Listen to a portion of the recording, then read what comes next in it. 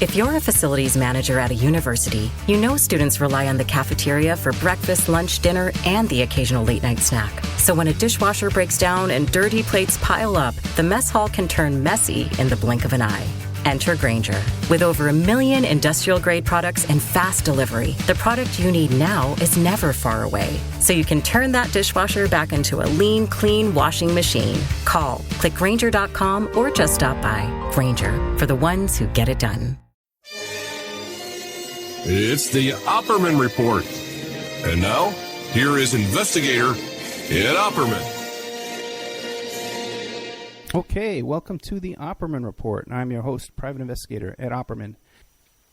Tonight, our guest tonight was recommended to us by Betty Metzger, who wrote the book about the burglary, about those activists that broke into the FBI headquarters. And she mentioned this guest. And I said, and I heard about him before. And I tried to locate him before. I think I tried to get him. But as soon as Betsy recommended him, I tracked him down. He's our guest tonight is Trevor Aaronson, and he's the author of The Terror Factory, Inside the FBI's Manufactured War on Terrorism. And you can check out, I got a link to that book right now. It's up on the Opperman Report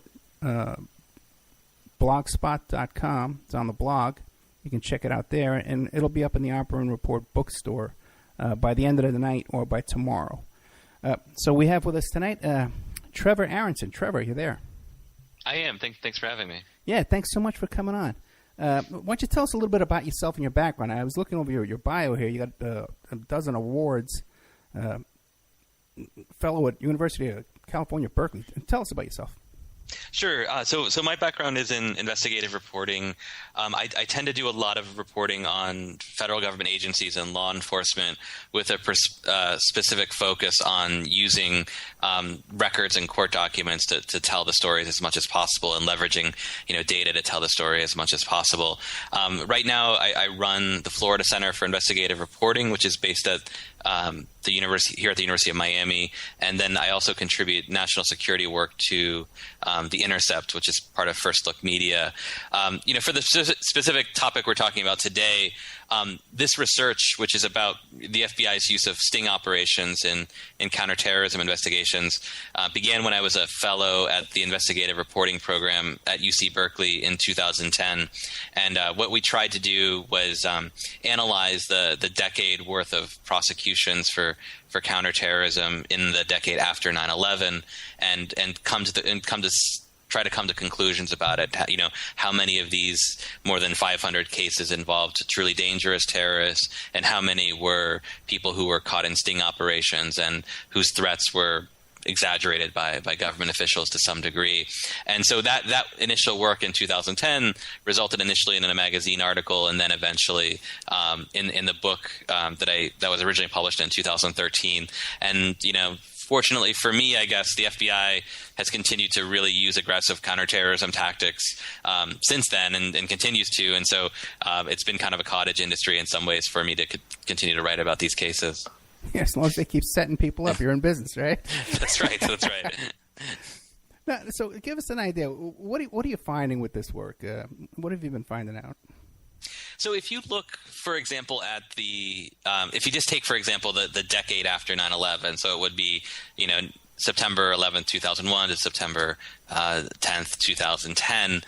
2011. What you find is that there were more than 500 cases that the federal government prosecuted successfully and classified as terrorism cases.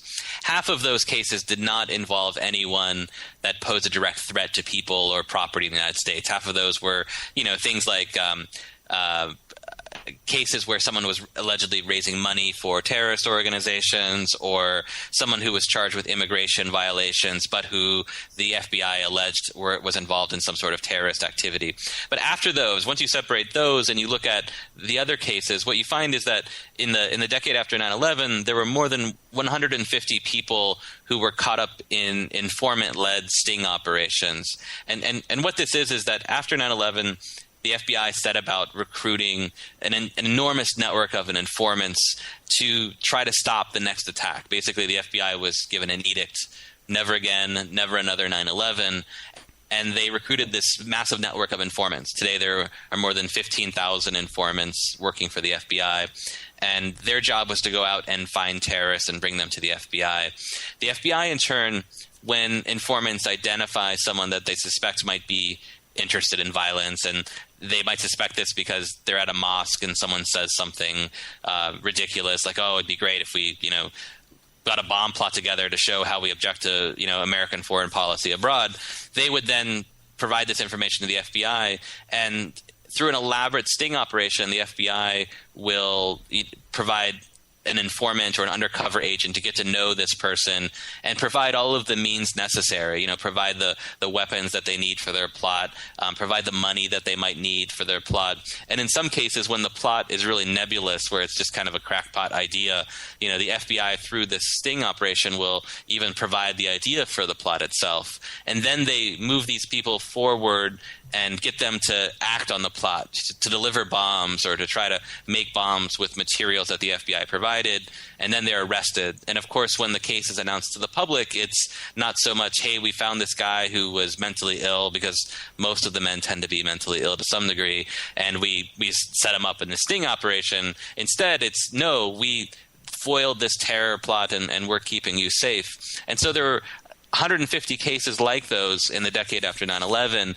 By contrast, if you look at the number of cases where the defendant represented a truly dangerous threat, such as Fayez Shahzad, the man that delivered the car bomb to Times Square that fortunately didn't go off, or Najib al-Azazi was a guy who fortunately was captured before he delivered backpack bombs to the New York City subway system.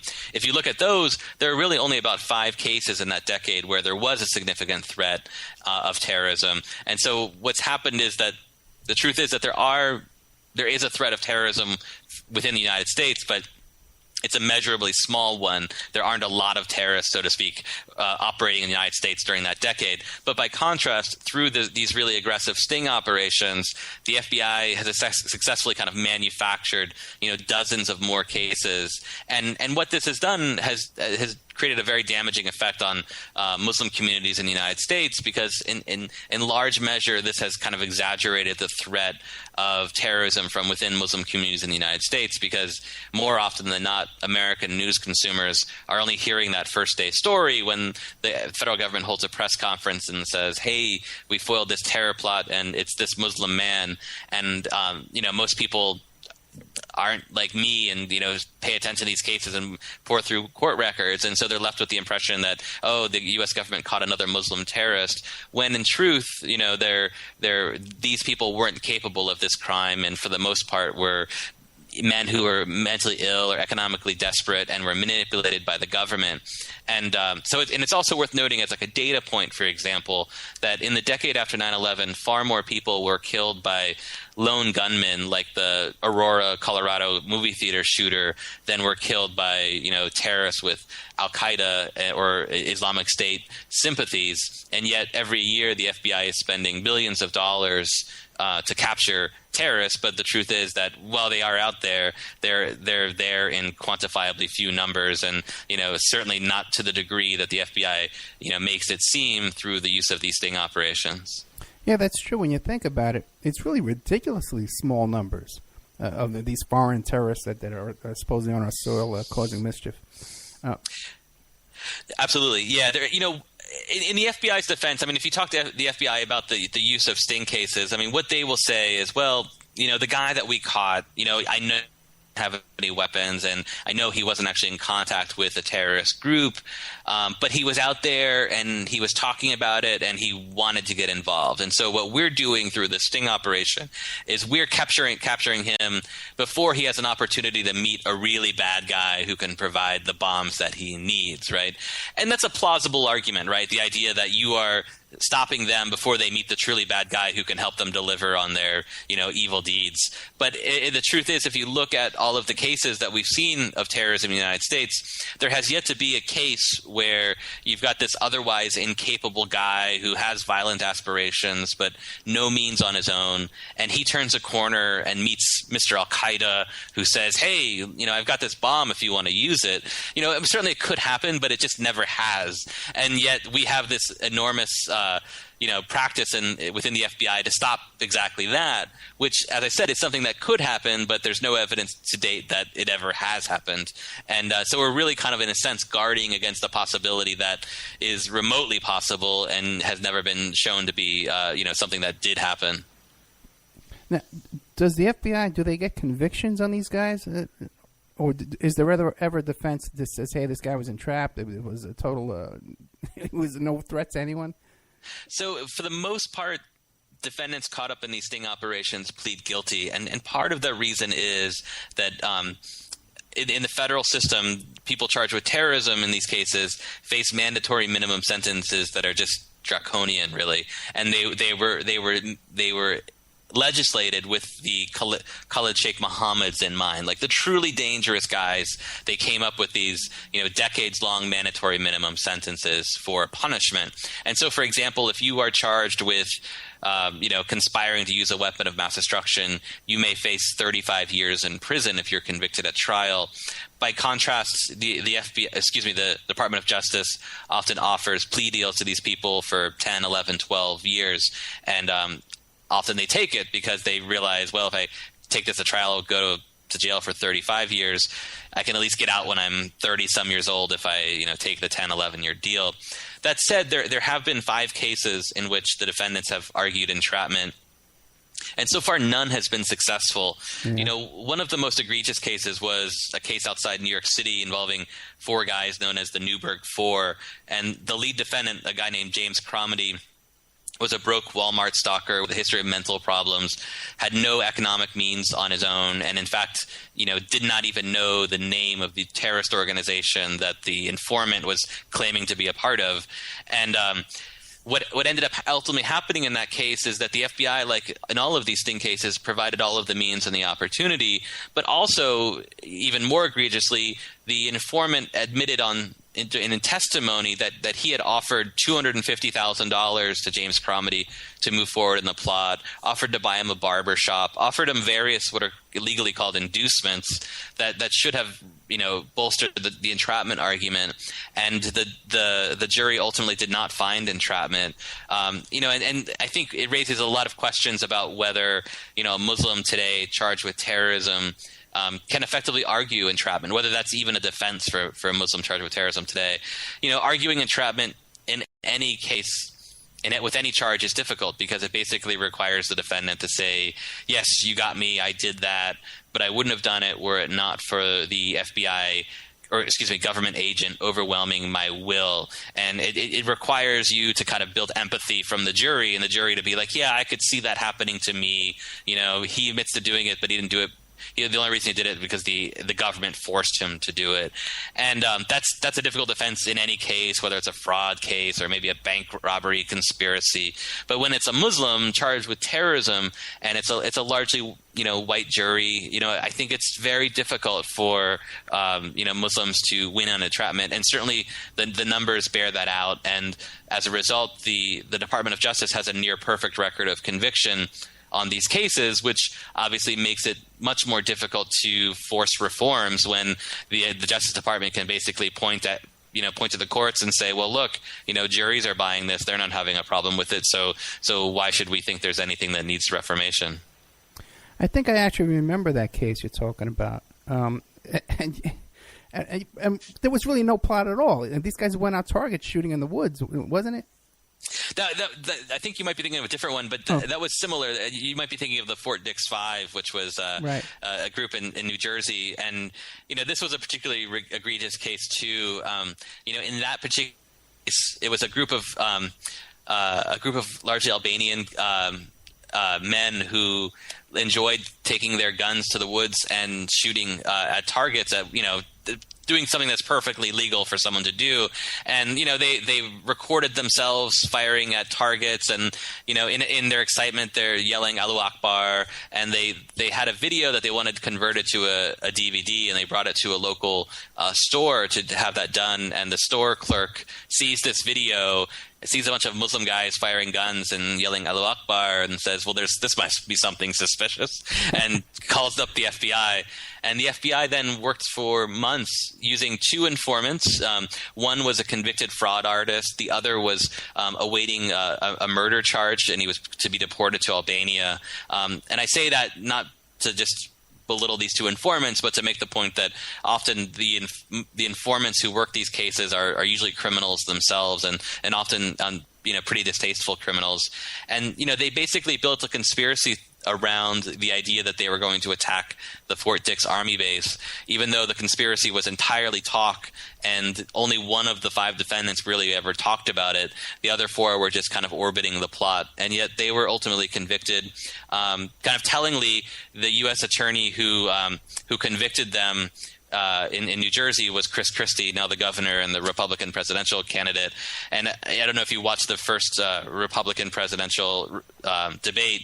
One of the things that Christie, said when he was debating Rand Paul about warrantless surveillance and the need to catch terrorists is like, look, I've done this. I've convicted terrorists. And, an interesting footnote that I would offer is that when he says that, he's talking about the Fort Dix 5 case, which is it's a really dubious case, and, probably not something, it is not the type of terrorism that I think is worth kind of bragging about in that sense. I mean, he didn't really capture anyone who was dangerous before the government got involved. Yeah, the other guys on the stage are probably more dangerous than these guys he busted. Oh. Absolutely, yeah, and that's a theme in a lot of these cases, and I think a great question. Which, what the FBI says is like, you can't catch the devil with choir boys, right? So you have to use bad guys to catch bad guys. But the problem in these sting cases is often, the bad guys you're using to catch other bad guys are the worst bad guys. Like there are examples of, the guy in the Newburgh 4 case, the informant, was actually wanted in Pakistan for murder charges and had fled Pakistan on murder charges, and yet this is a guy who's setting up 4 guys in a sting operation whose worst crimes were like lowly drug offenses. So there really is kind of a disproportionate criminality that occurs when you look at the informants and the targets that they ultimately get in these sting operations. Yeah, I was going to ask you about that, because normally when you have an informant in a case, it's usually it's like a drug case, right? They'll bust the guy with a little bit of drugs. And then I'll say, okay, fine. Well, give us 3 cases. We'll let you off this case here, and we'll even put you to work. You can go to work, you can make a little money on the side. You send us a bunch of cases. Now, is that how are they getting these informants in these cases? How are they finding them? In some ways, it's the same way, except it's got a little bit different twist because, in a drug case, just about anyone could fit in as someone who might be interested in buying or selling drugs, right? Yeah. You or I could be the buyer or seller of drugs. So if we got busted, we could probably work with the FBI as an informant in some way if that's something we wanted to do. In terrorism cases, it's a lot harder because you and I probably couldn't do that because we don't look the part, we don't speak the language, we don't understand the religion as well as if we were, if we worshipped Islam. And so as a result, the FBI has a very small pool of people that they can use in these type of sting operations. And so what we see, when we look at the informants is that oftentimes they will be hung up for some charge. A man named Shahed Hussein was the informant in the Newburgh 4 case, and he's the one I mentioned who was fleeing Pakistan on murder charges. He came to the FBI's attention because he was working with other people to run this scam out of the Albany DMV where he would help immigrants get their driver's licenses. They were illegal immigrants. He would help them get their driver's licenses illegally so that they could be taxi cab drivers in New York City. And when they busted him for that, they then get him to flip on his co-conspirators, and they realize like, hey, this is a guy from Pakistan who speaks 4 languages, kind of understands the culture, understands that part of the world, and they assigned him at that point, after he worked off his charge on the fraud case, they assigned him a terrorism case, and they ended up paying him money, and they were so pleased with that case that they've since moved him to several different terrorism cases. And, he's now making, according to court records, at least 6 figures for every case that he works. So, this is an example of the FBI finding the informant because he's a criminal himself, but then, offering him essentially a career change to say, okay, now you can work with us full time as an informant, and that's a testament really to the fact that the FBI is so desperate for people who look the terrorist part, so to speak, and are comfortable, doing the work that needs to be done in an undercover sting operation. And so when they find some of these people, they move them from case to case, and it's not uncommon now to see the same informants pop up in all of these cases because basically the FBI is shipping them around the country, to work various cases. So you're saying that these guys are getting $100,000 for every case they set up?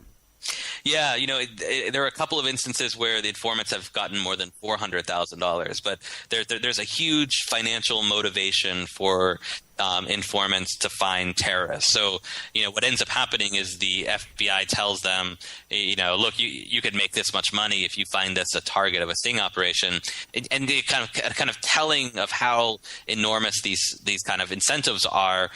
Shahed Hussein, the guy in the Newburgh case, before he met the defendants that he ultimately targeted in the Newburgh case, he spent 11 months in the mosque in Newburgh, New York. In fact, he went to one mosque so frequently that they invited him to join the board of directors.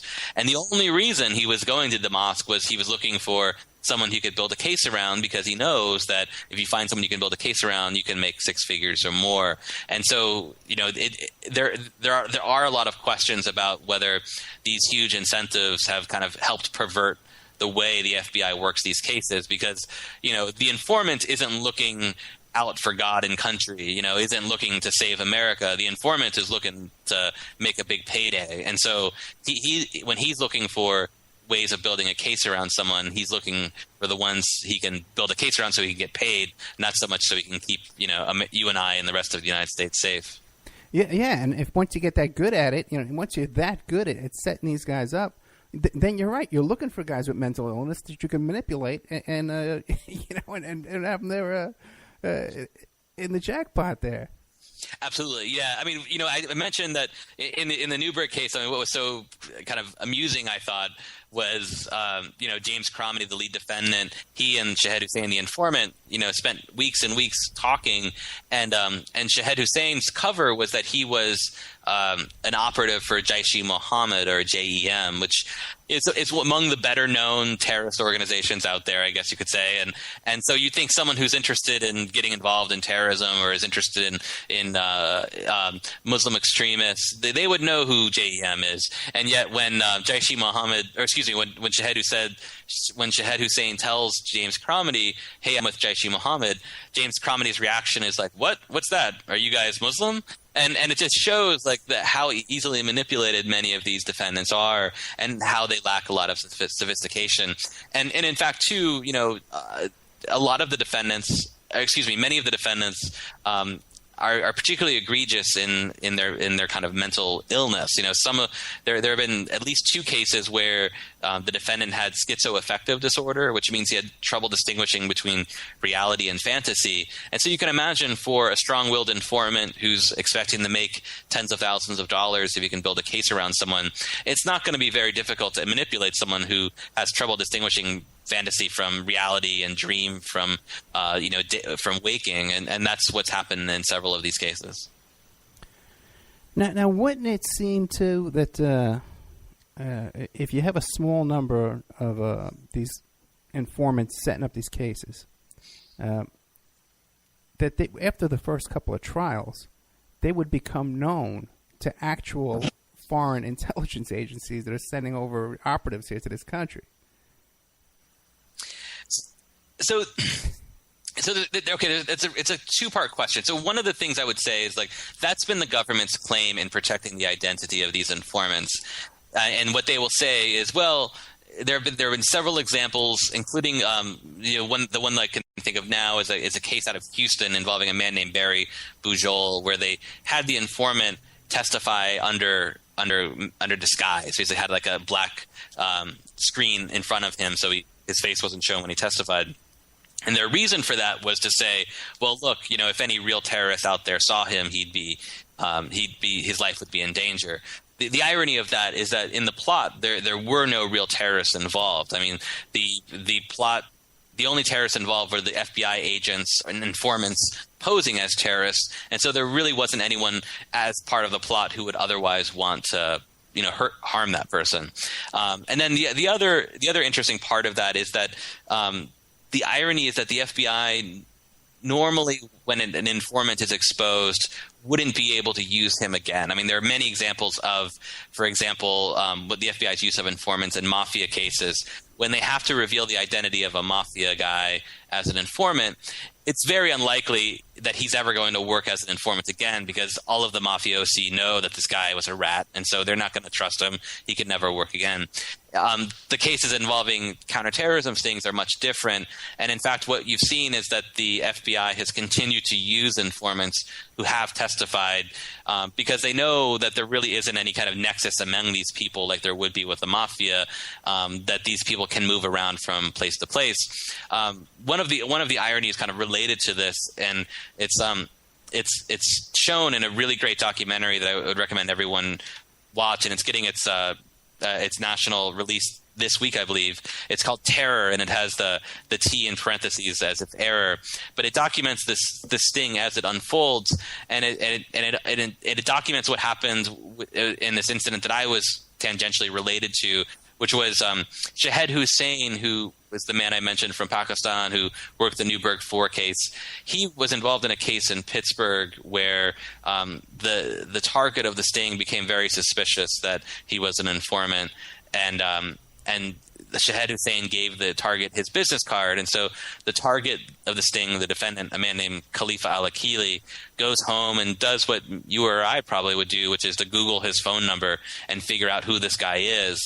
And the FBI in the Newburgh 4 case had released a number of transcripts as part of the trial, and some of those transcripts were cell phone conversations between the informant Shahed Hussein and the targets, and at the top of those transcripts was the cell phone number.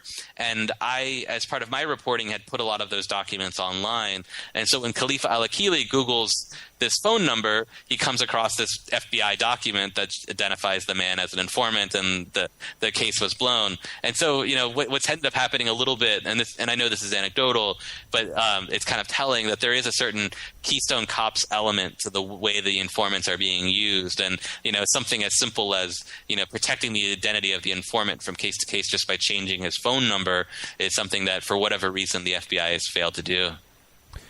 Well, obviously, yeah, because the informant is not too concerned about the people he's targeting having the brains to know it. Right, that's one way to look at it too, right? Like they have no, their assessment of the target is that he's not going to be able to find this out, so maybe that's why they don't bother to change it. He's got a meeting with his stockbroker, his account, and he's got important phone calls coming in on his investments and his portfolio. That is unbelievable. Well, it just goes to show you that the informant himself is not concerned about these people. Right. No, I mean, I think for sometimes informants, and I think there's some truth to this. The idea is that the informants are referred to as sociopaths, and to be a good informant, you have to have a certain amount of sociopathic tendencies. And by that I mean, to be a good informant, you have to be able to develop really strong relationships and friendships with people over months, months, sometimes years, and then you have to be able to one night turn on them and end those friendships and testify against them and send this person to jail for decades, right?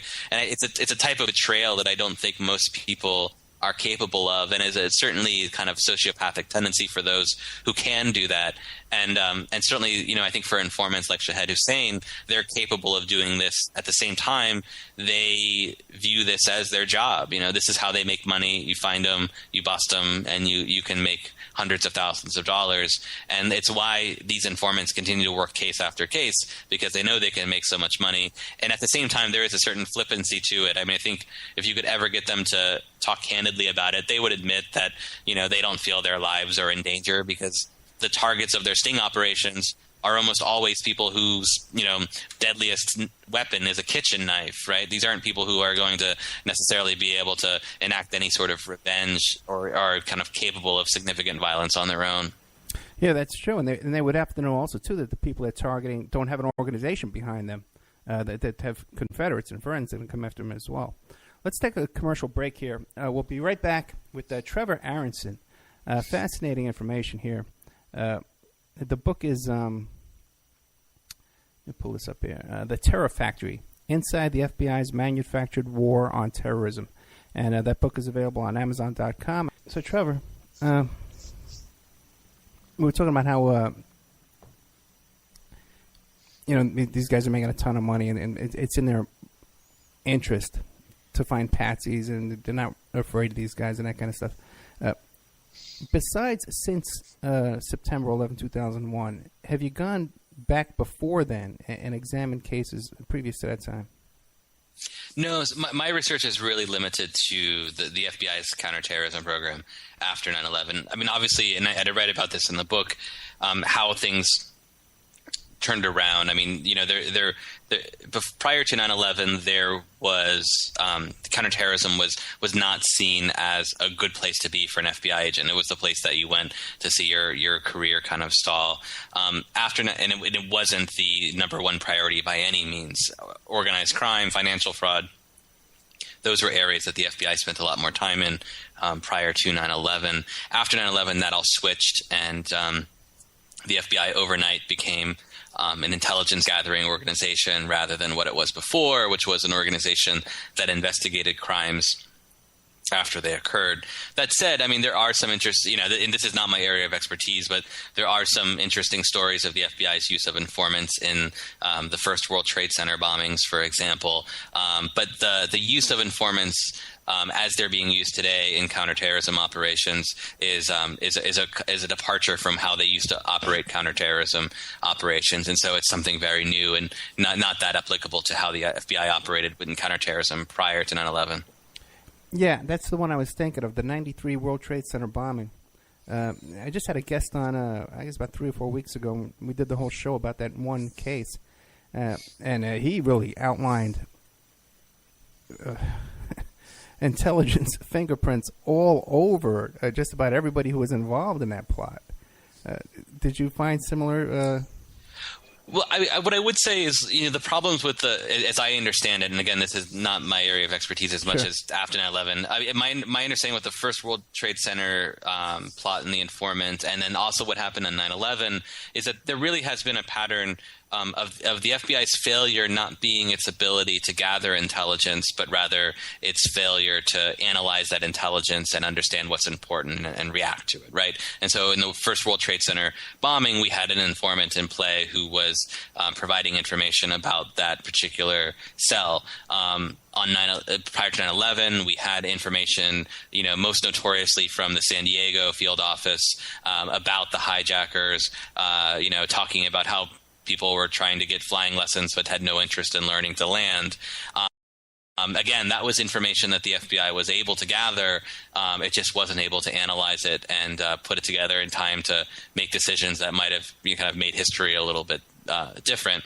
And what's interesting, too, I think, is that if you look at how the FBI's human intelligence network works, which is what I write about, the use of informants to gather intelligence, as well as the programs that Edward Snowden exposed through his leak of documents, the bulk surveillance, the digital surveillance. What the federal government and the FBI and the intelligence agencies did after 9/11 was use that event as an excuse to build more of an apparatus to collect more and more intelligence on people, even though history shows that the problems weren't that there wasn't enough intelligence. The problem was that we didn't know what to do with the intelligence that we've had.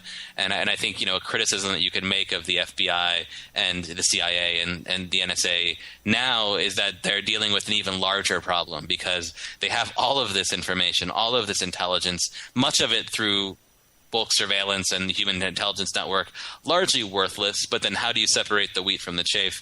And I think, what we've seen is that the government had trouble doing that 20 years ago, 10 years ago, when they were dealing with a lot less data. Now they have a compounded problem because they thought, or they sold to America the idea that collecting more and more information was actually what they needed to do to make us safer. Have you run across a single case where from these widespread wiretaps and recordings and surveillance that they heard a trigger word and it set off an alarm, and then they scooped in and busted some guys? So what's interesting, obviously, is after Snowden's documents were released, the NSA director Clapper had said, "Oh well, these programs, stopped X number." I think the first number was 11 terrorist plots, and then he was pressed on that, and they asked, "Well, how many were actually? Give me examples of terror plots that were stopped as a result of this." And he wasn't able to cite any. And so there's no evidence that I've seen that's been made public. Obviously, this is a very sensitive area. Not everything is made public. But when given the opportunity, the NSA wasn't able to cite any cases here that were thwarted as a result of bulk surveillance. There is a really interesting area of these cases that needs more exploration, and that is the use of what's called backdoor 702. This is kind of getting in the weeds, but the idea of bulk surveillance and is that the that the NSA is collecting all sorts of information, and so if they have a wiretap on someone, they will be a warrant on someone. They'll be grabbing all communications they have with this person. And under backdoor 702, the intelligence agencies, including the FBI, are allowed to go back in time, so to speak, and say, okay, look, I'm interested in this Ed Opperman guy. Let me go backdoor 702 and see what he said about certain things or what he wrote in email back then. And there is the government has been forced in recent years to come forward with when it's used information from warrantless wiretaps in any way. And there are several sting cases where they've admitted to using this, but the evidence was never provided, and it's unclear what they were doing.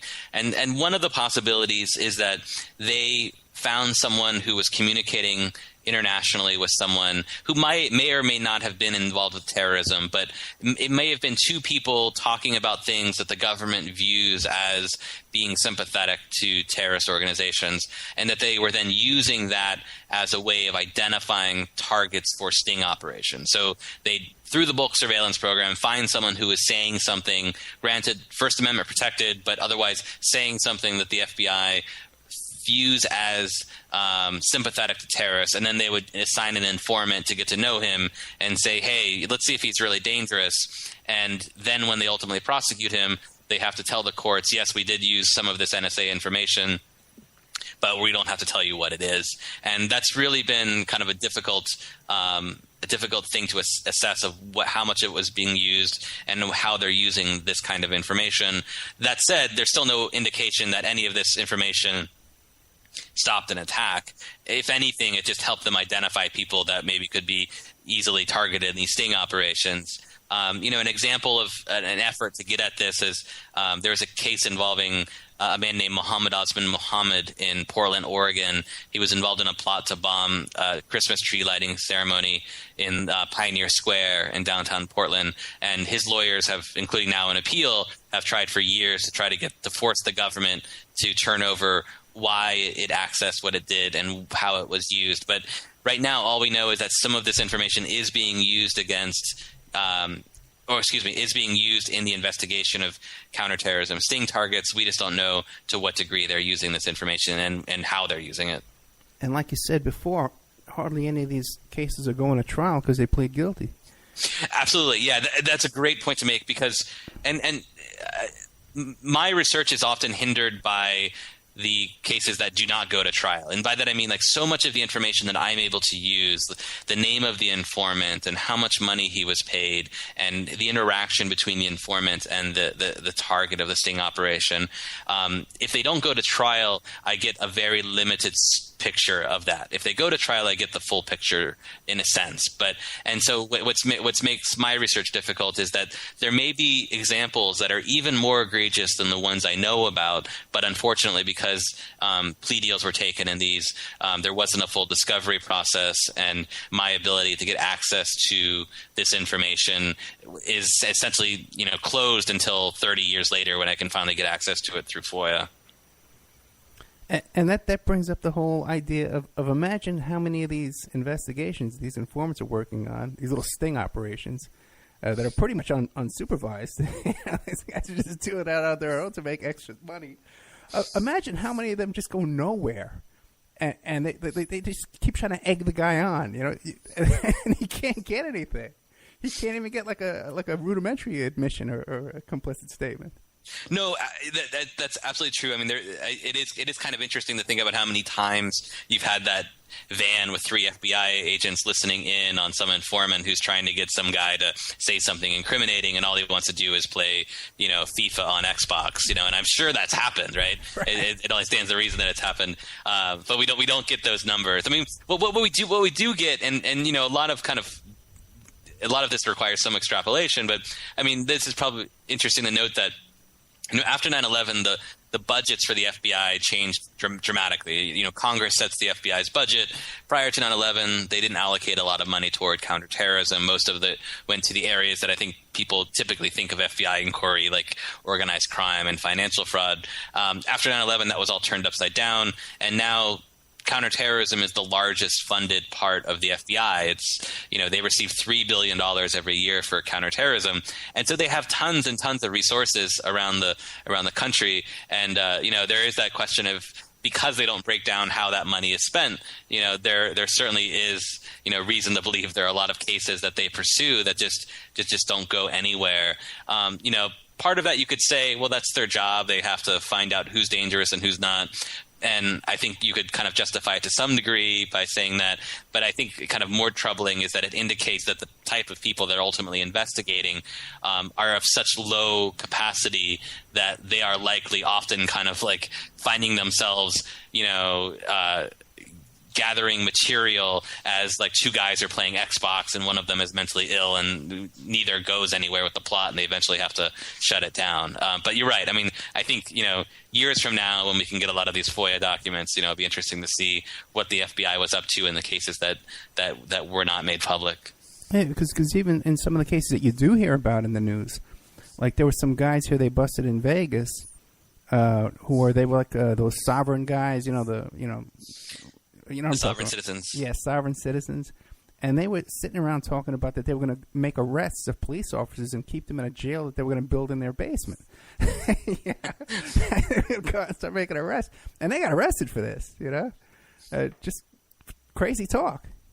Right. Absolutely. Yeah. I mean, there is... In all of these cases that I write about, I mean, this is kind of the interesting thing, and a lot of this has to do with kind of the history of U.S. conspiracy law, which we owe in part to the Clinton administration. But, I mean, what's so amazing about U.S. conspiracy law, especially as it compares to kind of similar applications in other parts of the world, particularly in Western Europe, is that under conspiracy law, it doesn't really matter that you weren't conspiring with someone who wasn't a government agent. Like in these cases, when they charge someone with conspiracy to provide material support to a terrorist organization, they aren't actually in contact with a terrorist organization, right? Like they aren't in contact with Al-Qaeda or Jaish-e-Mohammed or whatever group the FBI was posing to be a part of. But under conspiracy law, in the U.S., it doesn't matter that they weren't actually in contact with the group that they're being charged with supporting. It only matters that they thought they were in contact with them, and that's what we see with these cases. Essentially, is that people are charged in conspiring for organizations that they never even contacted or knew how to contact. It was basically the government being a front for these organizations. And so, in a lot of the conspiracy cases, I think, there's a reasonable question to ask is like, well, would he have actually done anything or was this just talk? I mean, I think all of us at some point, everyone's kind of been around and joked and watched a movie about like a bank robbery and thought, oh, we could do that, right? We could probably pull this off if we researched it well enough. But, most likely, and I speak by myself, certainly of like, if I'm having a conversation like that, it's because I'm sharing beers and we're just, gossiping about how we might do it, right? But I have no interest in actually doing it. And so I think there is a question of, in a lot of these cases, of how much of this is bluster and talk and how much of this is really language that would result in any kind of action. Yeah, it's kind of frightening when you think about it, So let me ask you another question, because you said you concentrated mostly on cases after 9/11. I just did a show last week and a couple of shows I've done about the anthrax case. Have you taken a look at that? No, I mean, I know about it from media reports, but I don't know a lot about, about what happened during that case. I mean, most of what I've been looking at is specifically the FBI's use of stings. So the anthrax case, I know about it in a general way from reading about it, but I don't have any kind of expertise on it. Okay, great. Now, what about the Boston bombing case? That seems to be another bizarre tale of these two guys. They're Chechens, and Russia warns us about them. The KGB is warning us about these two guys, and they're visited by the FBI. And then they got an uncle who's an obvious character, up to something. Then you got FBI agents falling out of helicopters and people getting shot. Yeah. Right. Yeah. No, the Boston case was really fascinating. I mean, to me, for a couple of reasons. I mean, there was what happened in Boston prior to the bombing and the intelligence failures, and then after there was this really interesting incident where a friend of Tamlin Tsarnaev's, a man named Ibrahim Todashev, was shot and killed by the FBI agent in Orlando. But what I think is most interesting about the Boston case is that, the Boston case happened about a year after my book was originally published. And a part of, my questioning in the book is, what does the FBI miss by concentrating so enormously on these sting operations involving targets of really dubious threat? And we never really had a clear answer on that. I mean, you can always make the argument anecdotally that obviously the FBI, by concentrating so much on these stings and spending so much money on these stings, is missing something, right? You could point anecdotally and say, well, look at the financial collapse of 2009. So much of that was predicated on the use of like fraudulent mortgages and bundlings of bad securities, the types of things that the FBI prior to 9/11 spent a lot of time investigating. And, can we kind of offer as a hypothesis that the FBI would have been able to stop this to some degree had it not been so preoccupied with counterterrorism and stings, right? But that's still a very kind of academic question. What was so interesting about the Boston case, in my view, was that it actually showed for the first time that the FBI may be missing, truly dangerous threats as a result of its preoccupation with sting targets. And what happened was in January 2011, what we know is that from the FBI's admissions after the Boston Marathon bombings is that the Russian intelligence services contacted the Boston office of the FBI and said, "Hey, look, we're really concerned about this Tamlin Tsarnaev. We think he's connected to some groups in Dagestan and Chechnya, and we think he possibly is radicalized and dangerous." The FBI says they send out an agent. They did a threat assessment, and they came to the view that Tamerlan wasn't dangerous, so much so that he was able to travel later to Dagestan without the FBI or any American intelligence agencies really raising an eyebrow. But that same month, that the Russian officials contacted the Boston FBI field office, the same field office in Boston had an informant who was known as Khalil, and Khalil had a heroin addiction that he was hiding from the FBI. And what we know is that he was looking to make some extra money, and he goes to the FBI and says, "Hey, I met this guy named Rezwan Firdaus, and Firdaus, he says he wants to bomb the Capitol in Washington, D.C." And Rezwan was a guy who had recently graduated from Northeastern University, but also had a recent history of mental illness. In fact, his family was trying to get him help. His situation had kind of grown so bad that by the time the FBI sting on him began, Rezwan was wearing a diaper just because he couldn't control his own bowels at that point. And so here the FBI has a choice, right? They could look at this guy, Tamlin Tsarnaev, who the Russian officials say could be dangerous, or they could, spend time setting up this guy Rezwan Firdaus, who a heroin-addicted informant says. And amazingly, they chose Rezwan Firdaus, and for 9 months they put together this elaborate sting on Rezwan, where they rented a storage facility. They introduced him to someone that they said was affiliated with terrorist groups. They gave him money to buy a model airplane that he would then use to fly into the gold dome of the Capitol and detonate it with grenades on its wings. They even gave him money to go to Washington, D.C. to scout out locations from where to launch the plane, all, while being filmed by agents. And then finally, when they deliver C-4 or what is supposed to be C4. They arrest him and charge him with conspiracy to use a weapon of mass destruction to attack the Gold Dome. And he pleads guilty, and I think he's serving 17 years in prison now. But here's a guy who, on his own, wasn't dangerous were it not for the FBI providing the means and opportunity for him to get involved in a plot. I mean, in fact, as I said, he was suffering from mental illness. He was wearing a diaper. He isn't exactly the guy you'd expect to be, moving forward in a terror plot on his own. And yet that's an example of where the FBI concentrated a lot of effort at a time when they were missing Tamlin Tsarnaev as a threat. What I can't say with any certainty is that had they not done that, they would have captured Tamlin Tsarnaev. I don't have a crystal ball in that sense, but certainly I think it's worth discussing whether cases like Rezwan Firdausi's are distracting the FBI from catching truly dangerous people. And certainly the case in Boston, gives us a really kind of tragic example of someone that we did miss that I think possibly we could have caught or had the opportunity to spend more time on were the FBI not so obsessed with, catching the low-hanging fruit and being able to announce to the public like, hey, here's another terrorist that we've captured. But or at least, after we had the pictures of these two brothers plastered all over TV, how come the FBI agent who interviewed them did not say, hey, I remember them. They were right around the corner from where the bomb went off. I've been to their house. I went to their apartment. We didn't even have that. Right. It's quite amazing, right? I mean, there were 24, 36 hours after the bombing where we did not have a clear defendant. And it is, to the point that they had to post those photos once they got them and say, like, if anyone knows these people, it's pretty amazing. And again, I think it gets to, obviously FBI agents are fallible, just like we all are. It is a very difficult job. I think that's a good kind of caveat to offer in any kind of criticism. At the same time, this is an example of where perhaps we are, as an organization, the FBI is dealing with so much intelligence that it isn't able to kind of sort through it very effectively.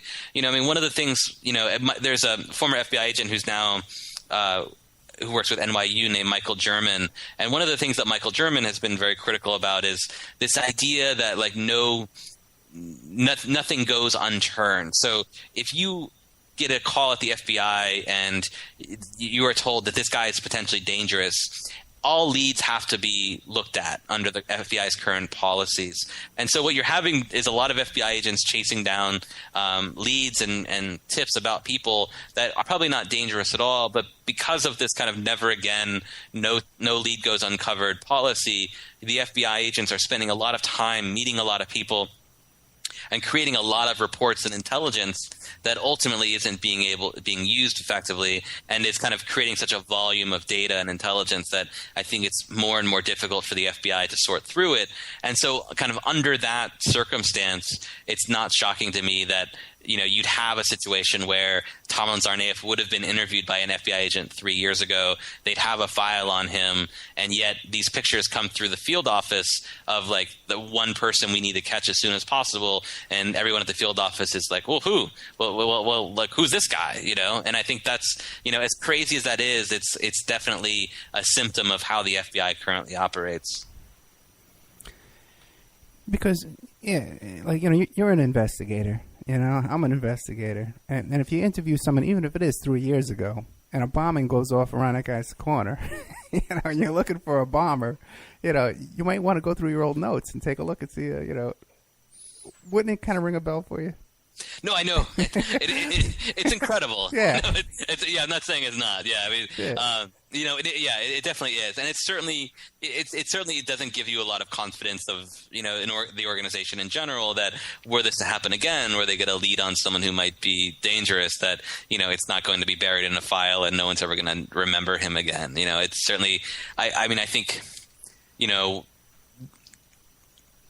I think it's hard for the FBI in some ways because they kind of get it both ways. If they get it from people like me who say, well, they're catching people who are dubious and aren't capable of violence on their own.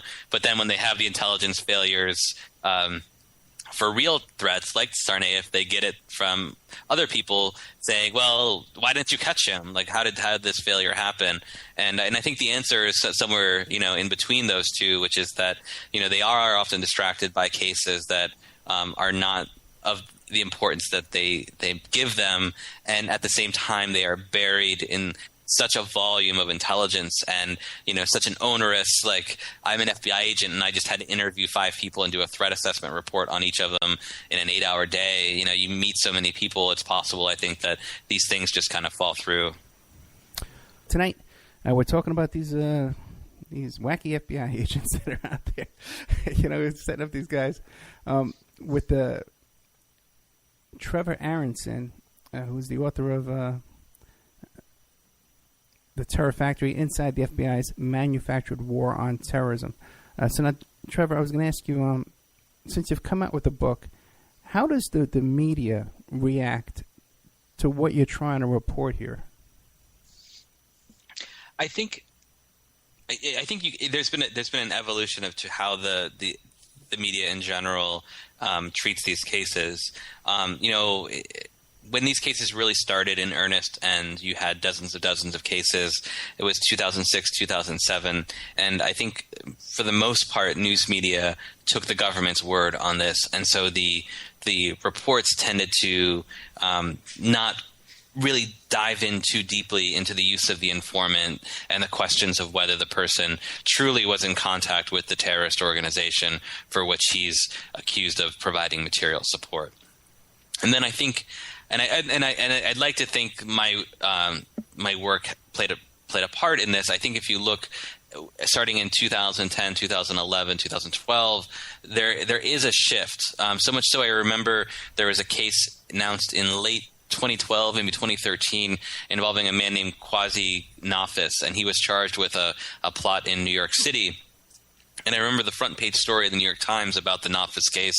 In the 5th paragraph was a very kind of meaty and well-done explanation from the New York Times about the criticism of these cases. And so I think it's taken a long time, but I think that the FBI, that the news media now is aware that these cases aren't all that the FBI makes them out to be, and that these are cases that are there are reasons to be skeptical about these cases, and more I think you're seeing media do that.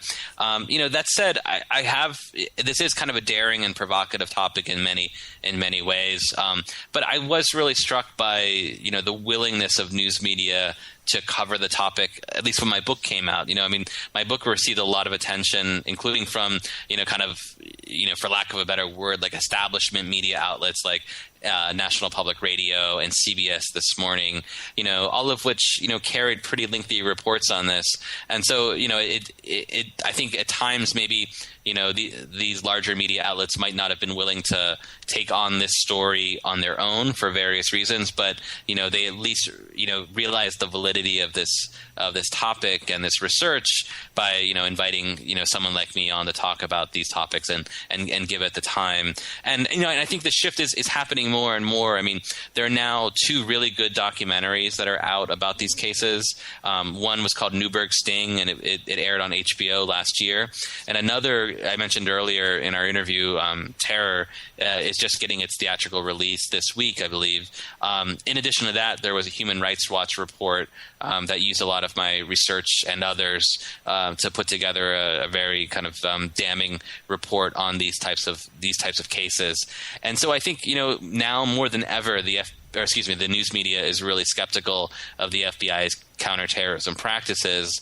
But perhaps even more telling, it's interesting that the FBI hasn't curbed its practices at all, and certainly continues this the use of sting operations and informants unabated. Just recently, there was a case. A young man was living with his parents, and he was only chatting online, and he got pulled in. Are you familiar with that one? Lately there have been several, especially so one of the things that's happened recently, and this is true of the cases over their longer history, is there is the stings for the most part have the same characteristics, but the organization that they are that is being pushed forward in the plot changes, right? So in some of the cases there'll be Al Qaeda affiliates, in other cases there'll be groups like Jaish-e-Mohammed. Given the extraordinary and extraordinarily scary rise of ISIS in Syria and Iraq, there has been a concern that the Americans will want to travel abroad and fight with ISIS. The larger concern for the FBI and U.S. intelligence is that, and granted, this has not yet happened, but this is their great concern, that someone, some 22-year-old kid will go and travel to Syria and join the Islamic State and get all kinds of, training on bombing materials and putting together explosive devices, and then he will come back to the United States unnoticed and will unleash this attack using his training from the Islamic State. And so what the FBI has been trying very hard to do in the most recent 12 months has been to use these types of sting practices against people who are interested in joining the Islamic State. And a number of these cases, most of the evidence is largely just chat online, and I think there is a question of like how much they're willing to really move to Syria, or if this is just the idle chatter of a rebellious 18-year-old or 20-year-old who can do nothing more rebellious than join a psychopathic organization like the Islamic State. And so there have been cases, there was one case out in New York City involving 3 men in a plot to join ISIS where, all of the activity was online, like, things that they had discussed on forums. And that when it ultimately came down to joining the Islamic State and getting on a flight to go to Turkey to travel to Syria, none of the men had the money to buy a plane ticket. And in fact, one of the men, his mother had realized that he was interested in joining the Islamic State. And so she hid his passport so he couldn't get out of the country. And yet the FBI and the Department of Justice ultimately charged these men with conspiracy to travel abroad and join ISIS, even though, it was painfully clear from the evidence that, as aspirational as they may have been, they had no chance whatsoever of, buying a plane ticket and getting out of the country. And they were charged? What's the disposition in that case? It's currently pending. I don't think any of the defendants have pleaded out, and they have a lawyer who early on announced that he was going to fight the charges. So it will definitely be one of the more interesting cases to watch. Do any of these cases they're so embarrassing for the FBI and for the Department of Justice that they just dismiss the charges and just hope it goes away? Any of those? I'm trying to think. There hasn't been anything quite like that. In fact, the FBI in some cases kind of doubles down. Yeah. There was an example, a really egregious case was one in Miami, and it was an early one called the Liberty City 7. And Liberty City is this area of Miami that is largely Haitian and African American. It's named after the Liberty City housing projects, which were built under FDR and were one of the first kind of large scale housing projects. And so it's always been an area of kind of desperation and poverty. And it's not exactly the place where you'd find Al-Qaeda putting together a terrorist cell. And so they had early on in these sting cases a really dubious case out of Liberty City. And the prosecution ultimately relied on or ultimately prosecuted 7 people, several of whom were Haitian and one of whom was actually a Haitian national. And on his case, he ultimately was acquitted because he wasn't anywhere near the plot when it was all going down, and the plot itself was fairly dubious. And so the charges against him were thrown out by the jury, and instead of the federal government saying, okay, this guy, he's innocent, the jury said let him go, instead they took the very same evidence that he was acquitted on in federal court and turned it over to Immigration and Customs Enforcement, whose threshold for evidence is much lower than you'd have in a U.S. court, for a U.S. criminal court, and they basically got an order to deport him based on this evidence that he was essentially acquitted on in the current criminal court, but they were able to use it to justify his deportation, and now he's having a pretty hard time because he was largely deported just prior to the Haitian earthquake, and has had trouble like most Haitians, kind of getting back on his feet after the earthquake. Yeah, people need to realize that the prosecution, the conviction rate in federal court is like something like 95, 97%. You're right. I mean, that's the other thing that's worth mentioning. I mean, the weight of the U.S. government's boot heel and criminal prosecutions is enormous, and for the most part, most people won't want to fight that. And I think the overall prosecution rate for terrorism cases is even higher. And so, if you're facing these kind of charges, it's a pretty daunting thing, especially since these charges come with, as I mentioned, pretty draconian mandatory minimum sentences. So if you choose to fight it, and you lose, you're going to be punished enormously and face decades of your life in prison.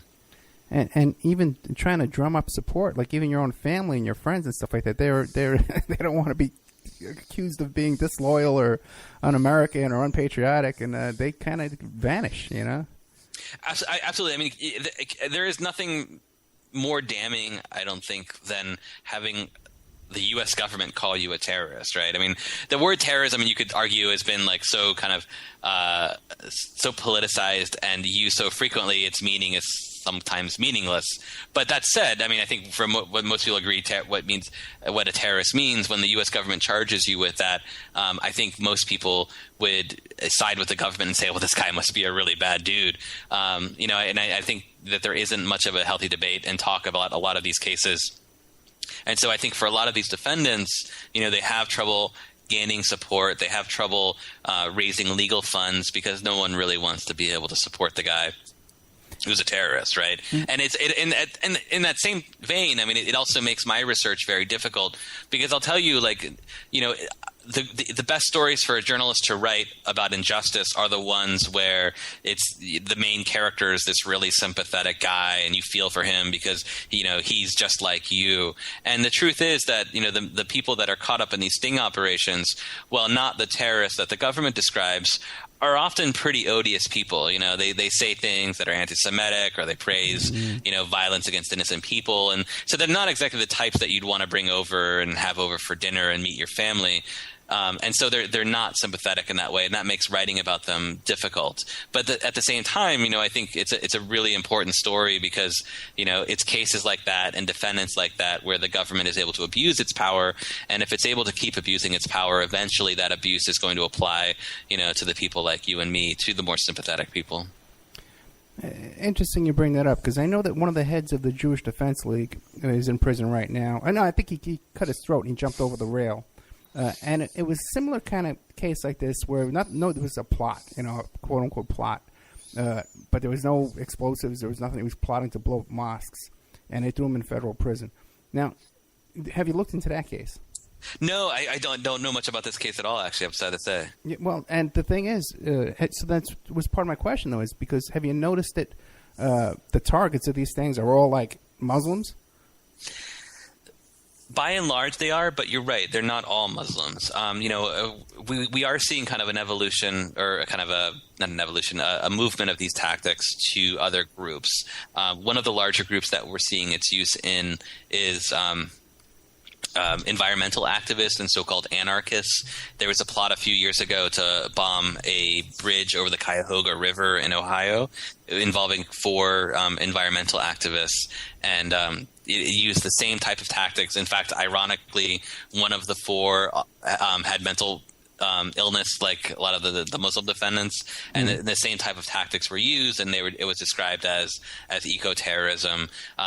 There was a very well-known case out of California involving a man named Eric McDavid who was caught up in a sting and actually was just released because it was discovered that that he and the informant were passing notes that suggested that there was a burgeoning sexual relationship between the two, and obviously that was problematic because the informant was basically using her feminine wiles, for lack of a better term, to get him to move along in the plot in a way that was improper, if not illegal, and he ultimately negotiated a release as part of that.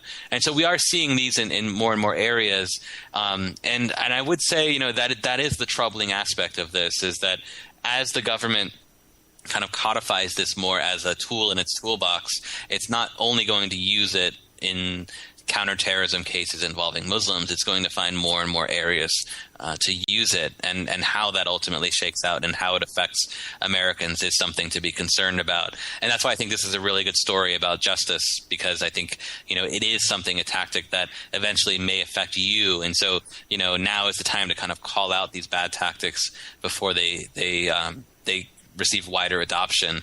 But at this point, I mean, the sad thing to say is that, despite my criticism and despite criticism from other media and organizations like Human Rights Watch, the government really has no reason to back down from this at this point. The courts are upholding these types of cases, and Congress, which is the other oversight of the FBI, has so far been unwilling to provide any kind of meaningful oversight or even any hearings that question these tactics. Yeah, that answers a question that we had in the chat room way early on in the program. Someone was asking, well, are any of these FBI agents being prosecuted for this? Yeah, the answer is no. Right now, what the FBI doing isn't illegal per se. They are building cases, and then they are giving them to the courts, and the courts are upholding them. I think there are two areas of weakness in the oversight. I mean, one is that by and large, the federal bench hasn't been willing to challenge these cases, and it has allowed a lot of leeway in some of these cases. And there have been several examples in cases where the government showed evidence to a judge that it didn't show to the defense lawyers claiming national security privilege. And then there are a number of examples, I think, where judges have been unwilling to push back on these cases for whatever reason, whether they don't want to be seen as weak on terrorism, or they hope to be appointed to the federal appellate bench, maybe even the Supreme Court, and they don't want to have to answer why it was that they were weak on 4 guys who were plotting to bomb synagogues in the Bronx, for example. The other issue, of course, is Congress, right? Congress has a number of committees and subcommittees with the authority to haul in the FBI director and ask questions and subpoena documents. And so far, they've been unwilling to do that. There has yet to be a single hearing on these cases. My cynical view is that, politically, it's very difficult for a congressional official to win re-election, seeming like he's questioning, the premier law enforcement agency's counterterrorism policy and seen as weak on counterterrorism. But even that, even when there have been some congressional action. So the one exception I can think of where the Congress kind of acted with some teeth was when it did call a hearing that looked at the intelligence failures around the Boston Marathon bombings. And the FBI director was subpoenaed to show up to that hearing and just chose not to. And nothing happened to him. He wasn't found in contempt of Congress or anything. And so I think there's a clear track record now that the FBI is able to do this type of work without the fear of a pushback from the courts or the Congress, which are really the only areas that or the only institutions that keep the FBI keep the FBI's power in check. I wasn't aware of that, about the FBI agent not showing up to a congressional subpoena. Yeah, it's pretty amazing. Yeah. The FBI, officials from the Boston Police Department and other Boston, Massachusetts law enforcement agencies testified, and the FBI was invited to come and chose not to attend. I want to back up a little bit though here, because you were saying about how there was a case where the prosecutors didn't turn over discovery to the defense lawyers. Now, was this? You're saying that the judge said that was okay? No. So this was a case recently involving an environmental activist or anarchist named Eric McDavid, and he was prosecuted in an informant-led sting operation where they allegedly plotted to bomb a number of targets in Northern California. And his defense, in part, was that the informant, who was a young woman, had basically, kind of promised that they would have a sexual relationship if he moved forward in the plot with her, and basically that he was manipulated because of his sexual attraction and interest in a relationship with her. And Eric McDavid's family and friends after his conviction, kept FOIAing documents from the government.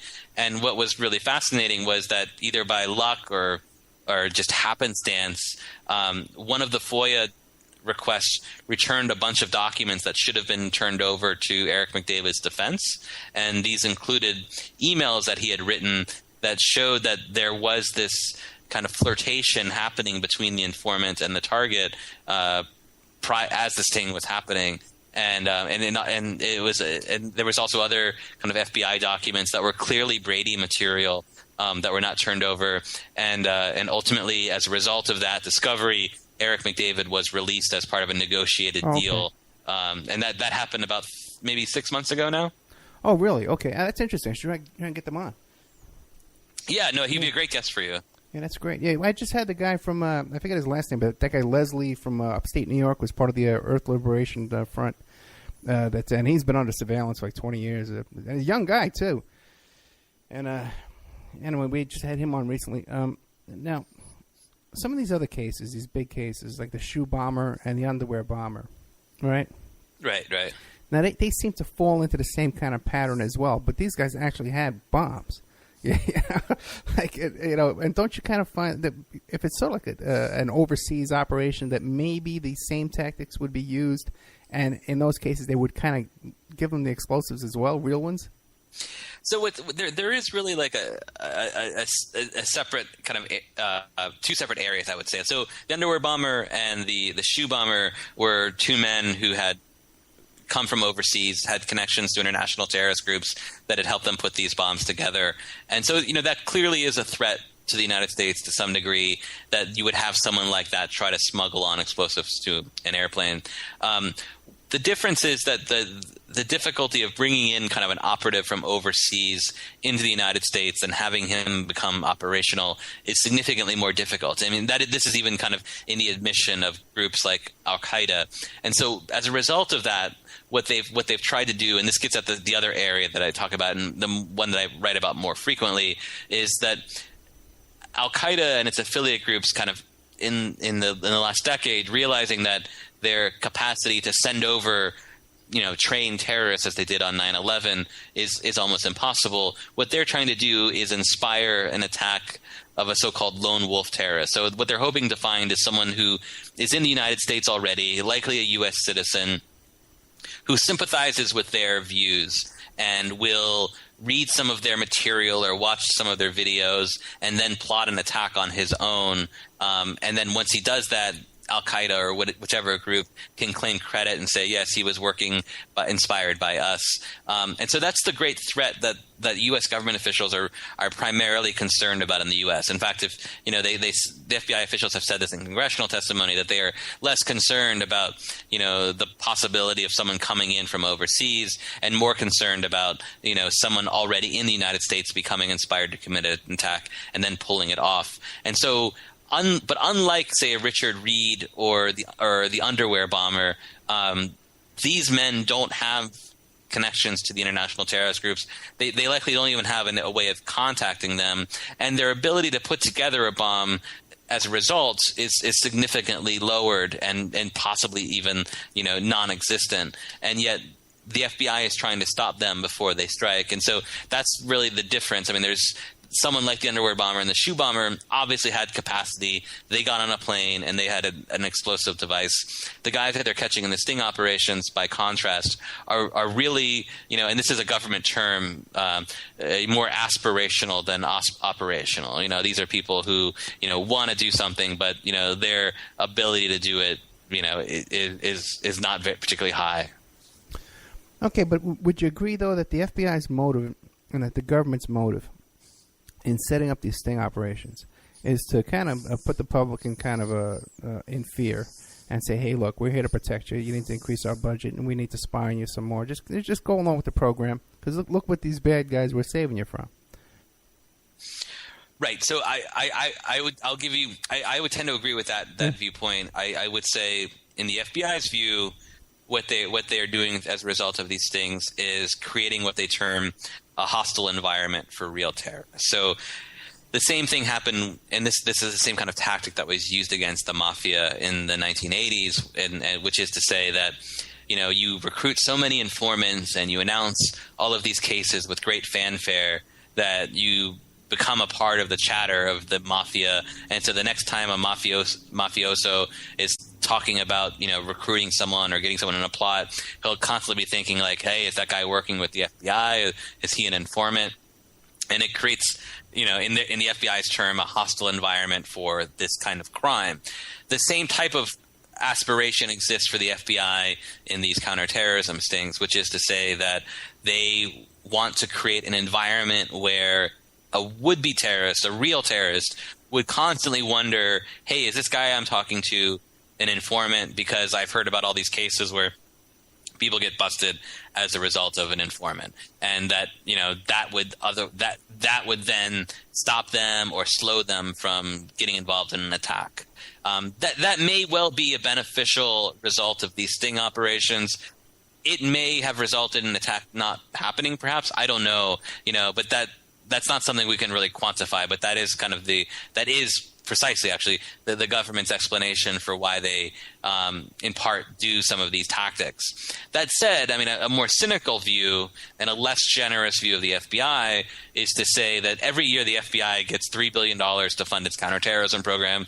It's the largest part of its budget, and the FBI director can't come back to Congress every year and say, hey, fellas, I spent all your money and I didn't find any terrorists. So these sting operations provide a very convenient mechanism for them to say, hey, look, you gave us $3 billion and here are all the plots that we foiled, without going into detail about how they use an informant and how the person never actually had connections to Al-Qaeda. They'll just say things like, we busted a plot that was to bomb synagogues in the Bronx. We busted a plot that was to bomb a downtown skyscraper in Dallas, and on and on and on. Ultimately, though, the effect that this has is that it justifies future funding. And so what we have is kind of a wag the dog situation where Congress gives out money, the FBI justifies it through these dubious sting plots, and then Congress gives as much, if not more, money the next year, and more sting plots are announced. And so I think that, as you put it, the cynical view is that this is basically just a way of justifying all of the terrorism funding that the FBI is getting. Now, move along with that theory. Then no one in Congress is savvy enough to look at this paperwork and take a look at this and say, hey, there's nothing much here. Because we know normally their motivation would be, hey, there's a lobbyist, giving them an envelope. So then they would go along with this kind of stuff and funding this and funding that. But in this situation, is there a lobbyist involved in this? There's I don't think there is a lobbyist involved for sane criminal justice policy. No, as a journalist, I do not get involved in activism, but I do know, for example, that the Human Rights Watch folks, as well as the gentleman who did the Newberg Sting documentary, they took their work around Congress, and they, in the documentary's case, they did a couple of screenings. And their hope was to raise attention to these issues, to try to encourage, some kind of pushback from congressional officials. But, so far that just hasn't happened. Again, this is a cynical view. I tend to think that it's just really politically uncomfortable for, congressional officials who are elected every 2 years to have to go back to their districts and explain why it was that they were questioning, counterterrorism policy, and why it was that they thought that the FBI should receive less money for its counterterrorism program. It's like, it's such a it creates such a billy club that a political opponent can attack them with, that I think for the most part that, career-minded politicians, haven't really wanted to pursue it. Well, yeah, that makes perfect sense. They go right, because then there's a campaign ad saying, "Hey, your congressman voted no." They got a picture of a guy with a turban and a beard, holding a machine gun. He's supposed to free this man and send him to your schools. Yeah, I can see that happening. A couple of questions for you, Trevor. I might have your mic turned down still. Go ahead. I'm here, Ed. Okay, great. Okay, I thought I had you on mute. Okay, some of the people in the chat room, they're asking about this one case. I'm not familiar with who he is. Let me pull this up real fast.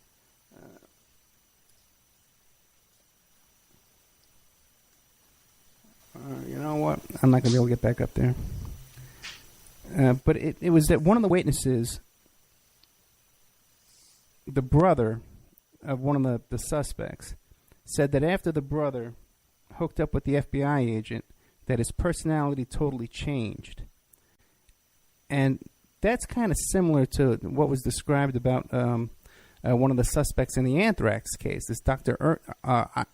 Irvins, who became the lead suspect. As a matter of fact, they kind of convicted him after his death, saying that, the case is closed now because he committed suicide, now he's dead. And people described his personality as changing after getting involved in being the target of the FBI investigation. Have these guys who are targeted by these informants and by the FBI, have you noticed that kind of a pattern where perhaps they're being drugged or mind controlled in some kind of way? As if they're on the MK Ultra or something? Yeah. No, I have no evidence of anything like that. I was looking at the chat room here. Oh, good, okay. I looked at the questions about the Sammy Osmakosh case. There you go. Right. So I wrote about the Osmakosh case for The Intercept in March, and a part of that was a discussion of, what was interesting about that case was Sammy was mentally ill. He was among the people who had schizoaffective disorder, and his family recounts kind of his movement toward, kind of average American immigrant trying to fit into society to this kind of really radicalized Muslim. And they say that a big part of it was that he had met this friend named Russell Dennison. And there's a lot of questions about whether Russell was working for the government. His family suspects he was. I was not able to confirm that he was, but his story was pretty suspicious. Ultimately, Russell introduces Sammy to someone we could confirm was an FBI informant, and that's how the sting started on Sammy Osmakosh. But I don't ascribe any of these cases to mind control per se. I mean, I think one of the things that happens in these cases is that there's a really strong psychological relationship between the informant and the target, because oftentimes the targets are people who are social misfits. They haven't had a lot of friends. They usually don't know a whole lot about anything, particularly Islam. And the informant kind of comes off as, hey, I'm Mr. Popular, and I'm, can tell you about the Quran, and I've got a nice car, and, does things that endear the target to such an extent that, it's almost like a father-son relationship or a big brother, little brother relationship where the target of the sting operation wants so much to impress the informant. And that was true in the Sammy Osmakosh case, both of his relationship with Russell Dennison, who may or may not be a government agent, and Rauf Dabous, who was the government's informant. There was this need to impress him. And so I don't think any of these cases are mind control. I think that there's a lot of psychological manipulation that happens through this very unique relationship that that is developed between the target of a sting and an informant or an undercover agent posing as a terrorist of some sorts. And you see it in case after case. In the Newburgh 4 case, James Cromedy, the lead defendant, had this almost overwhelming urge to impress the informant, and as a result, he would make up these stories. Like he claimed that his brother broke into a Macy's and stole tens of thousands of dollars worth of jewelry, and he claimed to have thrown a Molotov cocktail at a police precinct, none of which could be verified and all of which was most likely a lie, but it was his way of kind of impressing that person. And as I said, so we see that in a lot of cases, and I think it's part of the FBI's manipulation of these targets is that they get them to seek the approval of the informant or the agent to such a degree that they're able to convince them to do things that they might not otherwise have wanted to do on their own, including getting involved in, these fantastical terrorism plots. It's fascinating because you see that in the cases of these con men and their victim, where they're conning them out of their money week after week after week, and the victim will be trying to impress the con man, and all the stuff you described is just so typical of those kind of cases that so often you see in organized crime cases too. A lot of these organized crime guys, they're not just out, bookies and that kind of stuff. They're conning people out of their money too, confidence games. So that's very interesting. Yeah, no, I think there's absolutely a parallel to, kind of a fraud artist and a confidence man and an FBI informant, right? In many ways, the ultimate goal is the same. A fraud artist or a confidence man wants to separate, the person from his money. An FBI informant in these cases is trying to, separate this person from what they would otherwise do on their own. And in many ways, I think the psychological game at play is very similar. And there's really it doesn't look there's any light at the end of the tunnel to stop this or even slow it down or redirect it. Not at this point. I mean, I think more and more people are becoming aware of what's happening, and I think there's more cynicism as a result of that. But there isn't a lot that is changing as a result. I mean, the Sammy Osmakosh case was one that I made.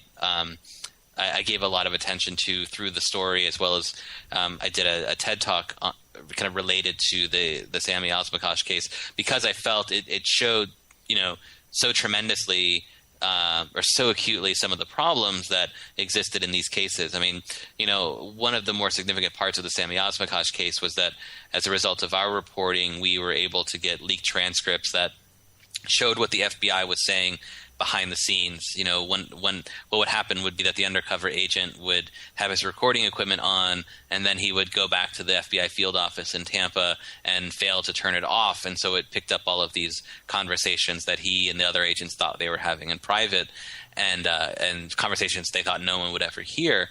And in private, you hear them talk about Sammy Osmakosh, who they later would portray to the media and to the public as this incredibly dangerous terrorist. They describe him as a retarded fool who doesn't have a pot to piss in, and wow. They say his terrorist ambitions are wishy-washy. And so that just shows that, in some ways, we have evidence that the government, sees these cases, exactly as I do, but, they're under such pressure to build cases that they're willing to, to go forward with that. Now, what about you? Are you coming under any attack or pressure for reporting on this? Not so far. I haven't had my taxes audited, and I don't have any black cars pulling up in my driveway. And so far nothing has happened. I mean, I think there have been instances where the FBI has intimidated journalists, but for the most part, I don't think that happens very often. So, my feeling has been, I try to write about this as thoroughly as I can and be as fair as I can, and my feeling is that the government probably wouldn't do anything. Also keep in mind too, I couldn't really do my job. I don't want to portray the FBI as 100%. Guys who are setting up these mentally ill people. There are a lot of really good agents in the FBI, some of whom cooperate with me and are sources for me and are kind of key to my ability to kind of tell these stories. So I'd like to think if something was going to happen, I have enough friends at the Bureau that I'd get some kind of warning. But I really don't suspect that I would be a target of any kind. I think that would just draw attention to my work in a way that the Bureau I don't think really would be very keen on. And now it seems like most of your investigation on this is pulling up the court docs and stuff like that. But have you talked to any of these defendants after they were convicted from prison? Yeah, I mean, often there are a number that I communicate with through letters, or there's a prison email system you're probably aware of called Core Links. And then there have been several that I've visited in prison as well. As part of my research. I mean, and it's kind of the typical thing. I mean, a lot of these guys are working on jailhouse appeals and doing their best under very difficult circumstances. I mean, what's really sad, I think, about a lot of these cases is less the person in prison now, although that is sad, but more kind of the family kind of, damage that is left behind. I mean, for the most part, these tend to be immigrant families of very modest means. And, when they have a family member who's gone to prison like this, they've often, spent whatever money they have and sold whatever they can to help mount a defense. And then so often, if not in almost every case, these defenses are unsuccessful. Yeah, I hear you, and it is heartbreaking when you see these guys in there. They got like 300 minutes a month to talk, and very limited time to communicate with their families. They lose their families. They can't. It's just a miserable situation. So, what are you working on? We only got a couple minutes left. What are you working on next? So I continue to write about these types of cases. I mean, my main work with the Intercept right now is writing about the FBI's counterterrorism practices, and so this has been one of those projects for me that I felt would last a year or two and has lasted much longer. And every year I kind of tell myself, well, I'll focus on another larger project, and there's just been enough to kind of keep me interested, that enough kind of fodder, and I've written so much about this now, and it's an area that other journalists haven't really covered, that kind of leaves me wide open to kind of continue to write about this. So my plan, at least in the in the short term, is to continue to write about these cases, most likely for the Intercept. So that's where you write now for the Intercept magazine? Right. It's part of First Look Media. It was the organization that was founded by Glenn Greenwald after the Edward Snowden leaks, and it's at theintercept.com. Intercept.com. And do you have your own website as well? I do. So you can find out more about me and my work, and my website is just my name, TrevorAaronson.com. That's probably how I found you, right? Yeah, it is how I found you, yeah. Most likely, yeah. Okay, great. Hey, do you have any events coming up? Any kind of book signings or speaking gigs or anything? Not right now, but if you go to my website, I do tend to post everything that I have coming up. My email address is also on my website, so if any listeners have any questions, please feel free to contact me. I do try to respond to everyone who writes. Not always the most timely response, but I do try to get it back to everyone who sends me an email. Yeah, I got you. Trevor, thank you so much. Wait, how's the baby doing? Great. Thanks for asking. Yeah, she's 2 weeks old. My wife and I are adjusting to less sleep than we're used to, but she's happy and healthy, and so everything is great. You know what, man? This is going to be the best time of your life. I tell you, you have your first baby, and it just changes everything. People get sick of talking to you, but screw off. Right. No, I can sense that. Yeah. No, it's been a great adventure so far. So yeah. I'm sure the future will just be much more fun. Well, congratulations so much. God bless you, little baby there. Thank you so much for coming on the show. Of course. Thank you for having me. Take it easy, my friend. You too. Bye. Okay, there we had Trevor Aaronson. Intercept.com. You can find his writings on there. His website is TrevorAaronson.com. That's 2 A's, by the way. Trevor, Trevor, Aaronson.com. His book is The Terror Factory: Inside the FBI's Manufactured War on Terrorism.